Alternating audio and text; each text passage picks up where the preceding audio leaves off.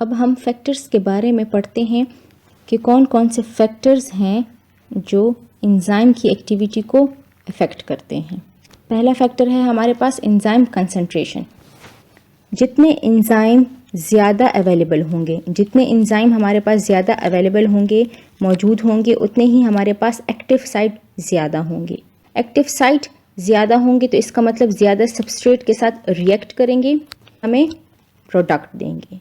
अगर हम ग्राफ की शक्ल में देखें तो एंजाइम कंसंट्रेशन, ठीक, एंजाइम की concentration versus rate of reaction. जितना एंजाइम की कंसंट्रेशन ज़्यादा होगा, जितना एंजाइम की अमाउंट ज़्यादा होगी, उतना ही हमारे पास रेट ऑफ रिएक्शन बढ़ेगा। तो अगर हम ग्राफ की शक्ल में देखें तो एक स्ट्रेट लाइन हमें मिलेगा। इसका मतलब जितना कंसंट्रेशन एंजाइम का बढ़ेगा, जितना एंजाइम ज़्यादा इंक्रीज़ होगा, उस हिसाब से रेट ऑफ द रिएक्शन भी हमारे पास बढ़ती जाएगी। अगर एंजाइम की कंसंट्रेशन कम होगी तो इसका मतलब सबस्ट्रेट के साथ रिएक्शन नहीं होगा तो इसका मतलब प्रोडक्ट नहीं बनेगा या प्रोडक्ट कम बनेगा। अगर ज़्यादा कंसंट्रेशन में एंजाइम्स हुए तो इसका मतलब सबस्ट्रेट के साथ रिएक्ट करके हमें प्रोडक्ट मिलेगा। दूसरा फैक्टर है हमारे पास सबस्ट्रेट कंसंट्रेशन, ठीक। अब जितने सबस्ट्रेट हमारे पास होंगे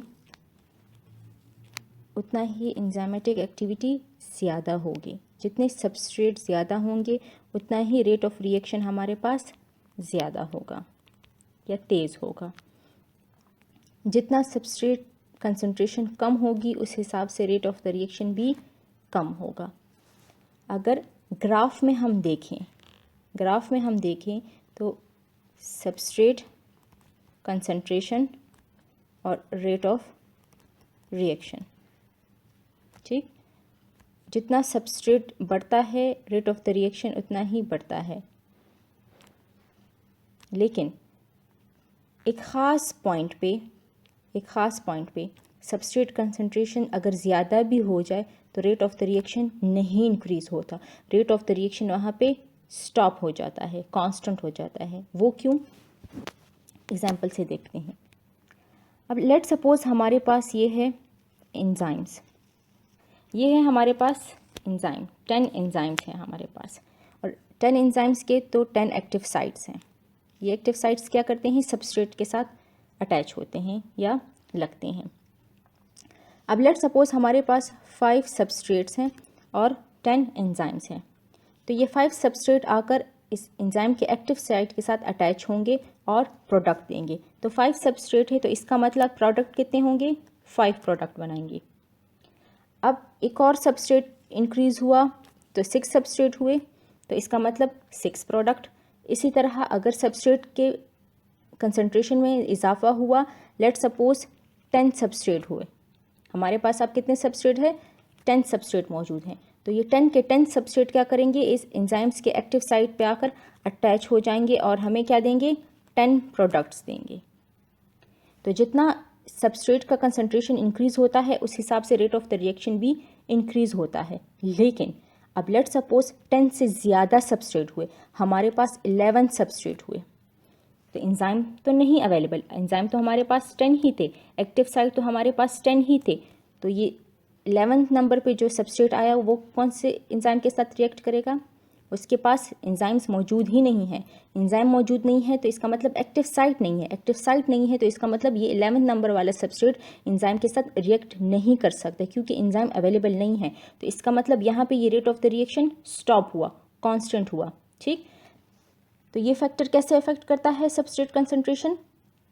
जितना सबस्ट्रेट इंक्रीज़ होता है उस हिसाब से सब रेट ऑफ द रिएक्शन भी इंक्रीज़ होता है। लेकिन एक ख़ास पॉइंट पे अगर इंक्रीज़ होता भी है सबस्ट्रेट में तो rate of the reaction increase नहीं होता, क्योंकि वहाँ पे अवेलेबिलिटी ऑफ एंजाइम्स जो हैं वो ख़त्म हो जाते हैं, या अवेलेबिलिटी ऑफ एक्टिव साइट नहीं होती। इस वजह से rate of the reaction increase नहीं होता।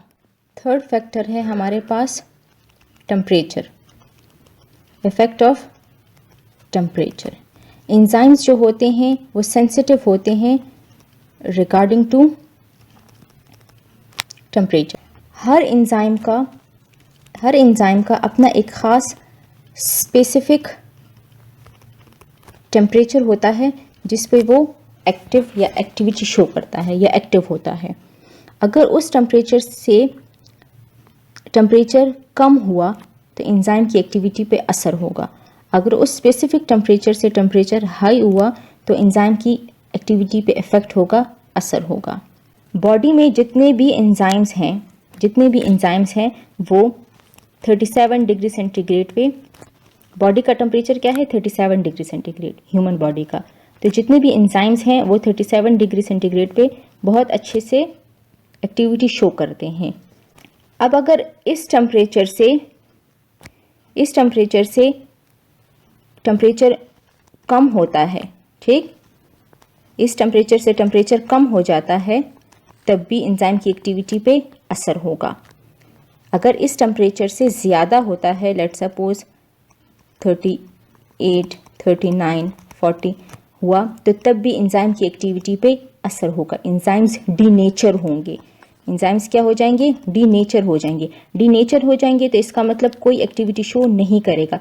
वो टेम्परेचर जिस पे एंजाइम बहुत अच्छे से एक्टिविटी शो करता है या हाई एक्टिविटी करता है या हाई परफॉर्मेंस देता है, उस टेम्परेचर को हम कहते हैं ऑप्टिमल टेम्परेचर।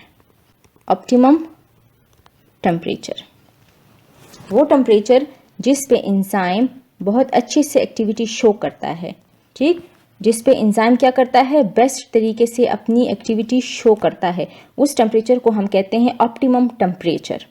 फैक्टर्स में फोर्थ फैक्टर है हमारे पास पीएच। कि पीएच का क्या इफ़ेक्ट होता है एंजाइम एक्टिविटी पे। हर एंजाइम का अपना एक स्पेसिफिक पीएच होता है जिस पे वो अपनी बेस्ट एक्टिविटी शो करता है।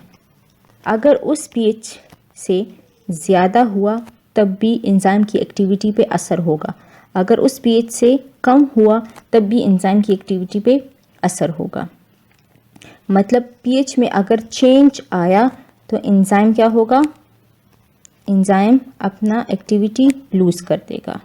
Loose of enzymatic activity.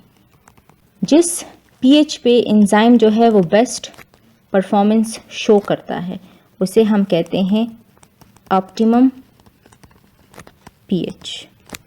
और हर एंजाइम का अपना एक ख़ास ऑप्टिमम पीएच होता है जिस पे वो बेस्ट एक्टिविटी शो करता है। जैसे कि हमारे पास है एक एंजाइम पेप्सिन जो कि पीएच 1.6 पे ही अपनी एक्टिविटी शो करेगा। अगर इससे पीएच बढ़ा या कम हुआ तो पेप्सिन जो है वो एक्टिविटी शो नहीं करेगा। हमारे पास है दूसरा एंजाइम ट्रिप्सिन जो कि 8.2 पीएच पे ही अपनी एक्टिविटी शो करता है, बेस्ट परफॉर्मेंस शो करता है। थर्ड एंजाइम है हमारे पास यूरिएज जो कि 7 पे ही अपनी एक्टिविटी शो करता है। अगर 7 पीएच से पीएच बढ़ा या कम हुआ तो ये अपनी एक्टिविटी शो नहीं करेगा। फिफ्थ फैक्टर है हमारे पास effect of activator.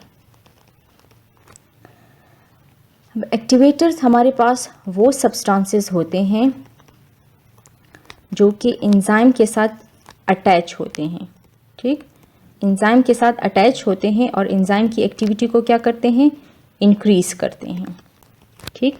Phosphatase enzyme है जिसके साथ अटैच होता है as an activator magnesium ion.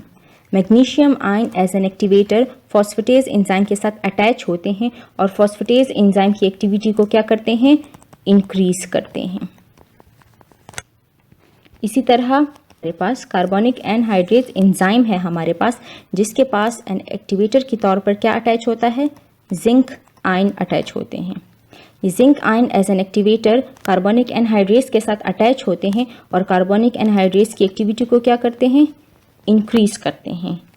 तो इफेक्ट ऑफ एक्टिवेटर क्या है हमारे पास कि एक्टिवेटर्स जो हैं वो एंजाइम के साथ अटैच होते हैं, एंजाइम्स के साथ अटैच होते हैं और एंजाइम की एक्टिविटी को क्या करते हैं, इंक्रीज करते हैं, एंजाइमेटिक एक्टिविटी को इंक्रीज करते हैं। फैक्टर्स में हमारे पास 6th फैक्टर है इफेक्ट ऑफ इनहिबिटर्स। इनहिबिटर्स वो सब्सटेंसेस होते हैं जो कि एंजाइम के साथ अटैच होते हैं और एंजाइम की एक्टिविटी को क्या कर देते हैं, डिक्रीज कर देते हैं, कम कर देते हैं। ठीक, हमने पढ़ा था इनहिबिटर्स में कि इनहिबिटर्स हमारे पास 2 किस्म के हैं, एक है कॉम्पिटिटिव इनहिबिटर, दूसरा है हमारे पास नॉन कॉम्पिटिटिव इनहिबिटर। ठीक, एक है कॉम्पिटिटिव इनहिबिटर और दूसरा है हमारे पास नॉन कॉम्पिटिटिव इनहिबिटर।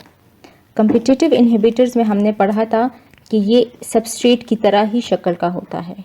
ठीक, ये इनहिबिटर्स क्या होते हैं, सबस्ट्रेट की तरह शक्ल के होते हैं और सबस्ट्रेट के साथ compete करते हैं। सबस्ट्रेट कहता है कि मैंने एंजाइम के साथ अटैच होना है, जबकि इनहिबिटर कहता है कि मैंने अटैच होना है। तो जब इनहिबिटर अटैच होगा एंजाइम की एक्टिव साइट पे तो ये सबस्ट्रेट अटैच नहीं हो सकेगा। सबस्ट्रेट अटैच नहीं हो सकेगा तो इसका मतलब एंजाइमेटिक रिएक्शन नहीं होगा। एंजाइमेटिक रिएक्शन नहीं होगा तो इसका मतलब प्रोडक्ट नहीं बनेगा और एंजाइम की एक्टिविटी कम हो जाएगी। ठीक, इनहिबिटर्स क्या करते हैं, एंजाइम की एक्टिविटी को कम कर देते हैं। कॉम्पिटिटिव इनहिबिटर्स जो हैं वो सबस्ट्रेट की तरह ही शक्ल के होते हैं और सबस्ट्रेट के साथ compete करते हैं कि वो एंजाइम के साथ अटैच होंगे और एंजाइमेटिक एक्टिविटी को रोक देंगे। इसी तरह नॉन कॉम्पिटिटिव इनहिबिटर्स हमने पढ़ा था कि ये जो है वो एक्टिव साइट पे अटैच नहीं होते। एंजाइम्स के एक्टिव साइट पे क्या होते हैं, अटैच नहीं होते। ये हमारे पास एलोस्टेरिक साइट पे अटैच होते हैं। ठीक, एक्टिव साइट पे अटैच नहीं होते बल्कि एलोस्टेरिक साइट पे अटैच होते हैं। और ये हमारे पास 2 किस्म के हैं, एक है हमारे पास रिवर्सिबल, दूसरा है हमारे पास नॉन रिवर्सिबल। ठीक, रिवर्सिबल जो है वो आसानी से रिमूव हो सकते हैं, जबकि नॉन रिवर्सिबल जो है हमारे पास आसानी से रिमूव नहीं हो सकते। इफ़ेक्ट ऑफ इनहिबिटर्स में हमने नॉन कॉम्पिटिटिव इनहिबिटर का पढ़ा कि इसके 2 टाइप्स हैं, एक है हमारे पास इरिवर्सिबल, दूसरा है हमारे पास रिवर्सिबल। इरिवर्सिबल जो है वो रिमूव नहीं हो सकता जबकि रिवर्सिबल रिमूव हो सकता है। अब लेट सपोज ये है हमारे पास एक एंजाइम जिसका ये है हमारे पास एक्टिव साइट और ये बाकी क्या है हमारे पास एलोस्टेरिक साइट। तो ये इरिवर्सिबल इनहिबिटर्स क्या करते हैं, वो आकर एलोस्टेरिक साइट पर अटैच हो जाते हैं। एलोस्टेरिक साइट पर अटैच हो जाते हैं और एंजाइम के एक्टिव साइट को क्या कर देते हैं, उसके शेप को चेंज कर देते हैं, उसके शेप पे अफेक्ट करते हैं। शेप पे अफेक्ट करते हैं तो इसका मतलब सबस्ट्रेट आकर इसके साथ अटैच नहीं हो सकता। नहीं हो सकता है तो इसका मतलब कोई एंजाइमेटिक एक्टिविटी नहीं होगी, कोई प्रोडक्ट नहीं बनेगा।